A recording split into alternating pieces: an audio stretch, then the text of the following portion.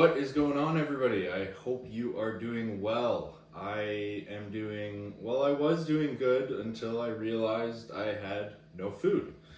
But luckily for you, that means you get a video, and I am going to be showing you how I prep up all my food for usually about 3 to 4 days max worth. I find after that it just does not taste good at all. But it's not going to be super exciting because it's very basic foods. We have our chicken, our rice, asparagus, and beef. That is pretty much it.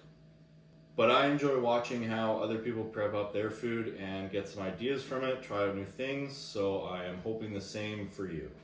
Without further ado, let's get started.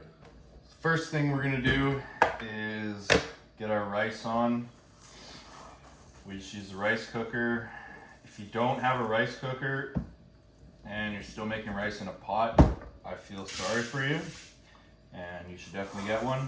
But we're gonna do 3 scoops. I think it's like a 3/4 cup to a scoop, but we're gonna do 3 of those, which makes about 900 grams of cooked rice. And always wash your rice. Major key.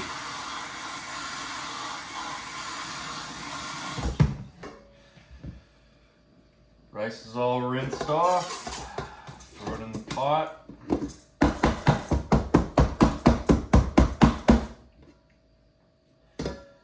And now it is just as simple as filling it up to the line on the pot and then pressing start on the cooker. That is it. Get a rice cooker.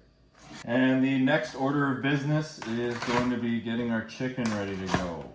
Got 6 total breasts here. And I am in off season, or well, not in prep, but I still like to trim the fat off of the breasts. I may not be as picky as I was in prep, but I still like to get the big bits off. It's not that hard. Done. Took about 10 seconds. Then we'll go through all these breasts and get them trimmed up and throw them in the pot. Okay, all the chicken's in the pot, and as I mentioned, I'm not in prep, so I cook my chicken in a chicken bone broth. It makes the chicken taste really good, keeps it juicy and tender, as well as bone broth is really good for digestion. So there's that too, but we're just gonna pour it in just until it covers all of the chicken breasts, which usually ends up being, I already took some of this out, but about 3/4 of a box or a carton of bone broth. Then now we're gonna throw this on the stove for about 25 minutes. I just turn it on high until it comes to a boil, then about a medium high for the remaining time. So next up we have our asparagus. And asparagus is my vegetable of choice just because I enjoy it. You can do broccoli, you can do peppers, anything I'm sure would work with this method, but I just simply like asparagus.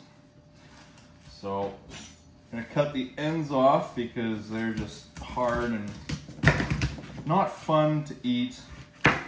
Yes, I'm not using a cutting board. Don't care. That one broke. So then, simple as that. Throw them onto the pan.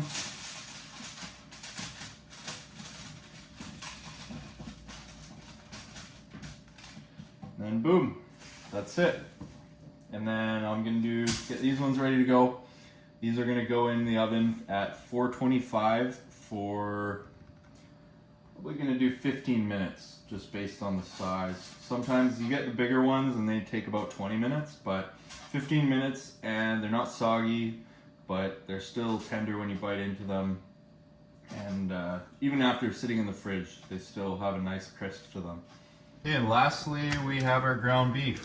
And if you don't know how to cook ground beef, I don't know what to tell you.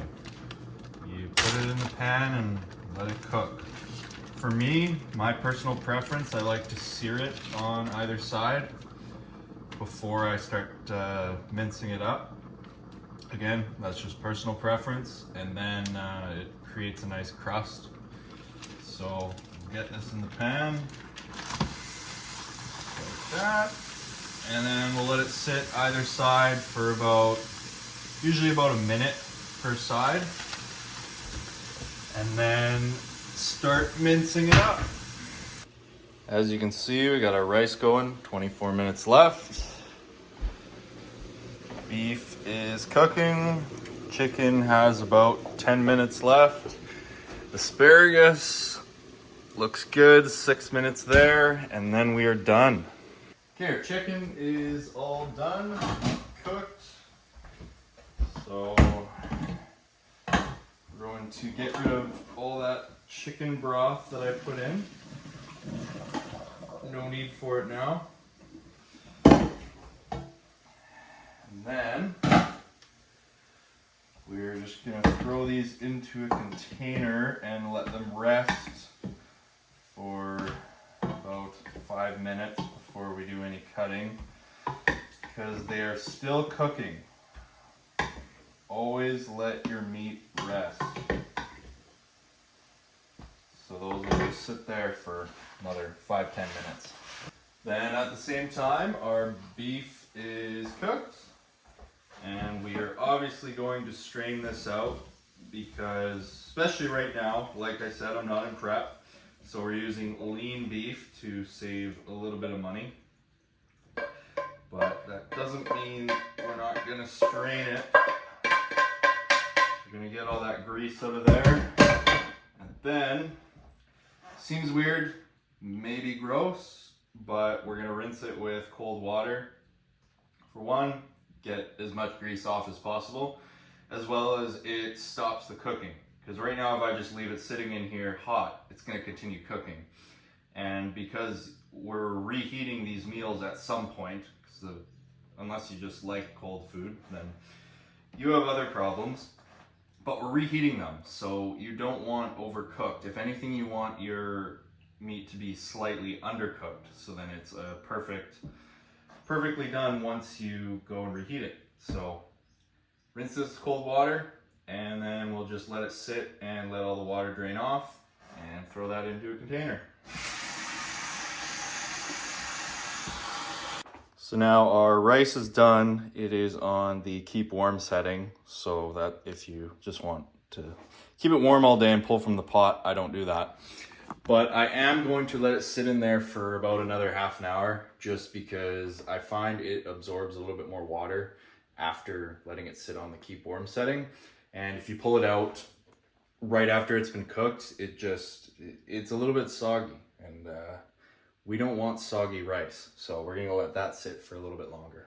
All right, so as you can see, our beef is ready, asparagus is done, and our rice is done.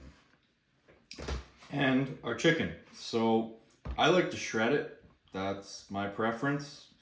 I don't know if that changes anything with digestion versus eating whole breast. I don't know, don't care. But you can do this with a fork or 2 forks, pulling it apart. I find that to be just very tedious and annoying. So I just use my hands like this. It's much easier, I think, at least. And depending on how observant you are, you may have noticed a couple things in this video. One is that I'm wearing the exact same clothes that I was wearing in the last video. That is because it is the same day. I figured I was going to include this in the full day of eating, but I thought, why not get 2 videos out of potentially 1? Seems like a win to me. The other thing you may have noticed is that none of this has any seasonings on it.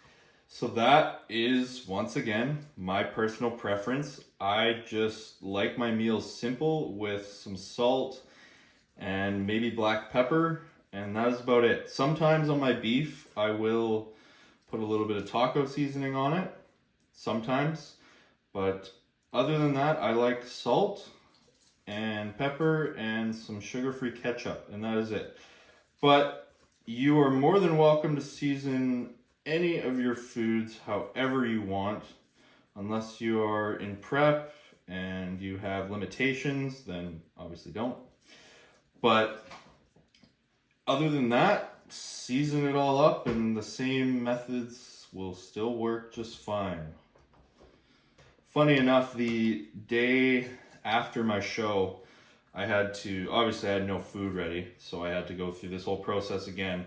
And I had just been about 3 weeks without any seasonings. So I just seasoned everything with everything. It was kind of disgusting, the amount of seasonings I used, but I just wanted them all. And then same with sauces, sugar-free sauces. I was using like every sauce under the sun. So maybe that kind of made me sick of them. And that's why I don't want any seasonings on them now. But I also look at it in the way that if you want to get a little bit creative with a meal, and say you want, I don't have an example off the top of my head, but you season all your meat with one seasoning, and then you want to do something a little different when that meal comes around, and the seasoning you have on it doesn't work with that. So then you're stuck with either having a weird combination, not doing whatever experiment you wanted to try out, or you have to cook up fresh chicken again. So it seems like the best option is to just cook it without seasonings, and if you want seasonings, do them after. Because you could even take this chicken here and split it up into 2 or 3 containers and season each one differently. You could do a Italian seasoning on one, then like a taco seasoning on the other, and then you could do lemon pepper on another. And there you got 3 different types of chicken to eat. But I'm going to continue shredding this all up, and then once we are done, I will show you everything, even though you can see it all here now, and then that will be it. Okay, so that is that. We have our beef, our chicken, our rice, asparagus. What more do you need in life? And as you can tell, it's not packaged into individual meals like most people would do. That's because I'm at home a lot of the day or near home, so I just take it out as I need it. Obviously, the next step in this process, if you have to have meals ready to go at all times, is to weigh it out and make the meals and put them in the fridge. But for me, I'm gonna seal these up, get them in the fridge, and that's that. That took about 45 minutes total. And I would say majority of that 45 minutes was spent sitting on the couch waiting for things to cook. So 45 minutes, 3 days, it's about 3 days worth of food. I would say that's not bad. So there's no excuse to not have your meals ready. But that is all for today. So I hope you enjoyed this, hope you gained something from it, and I will catch you in the next video.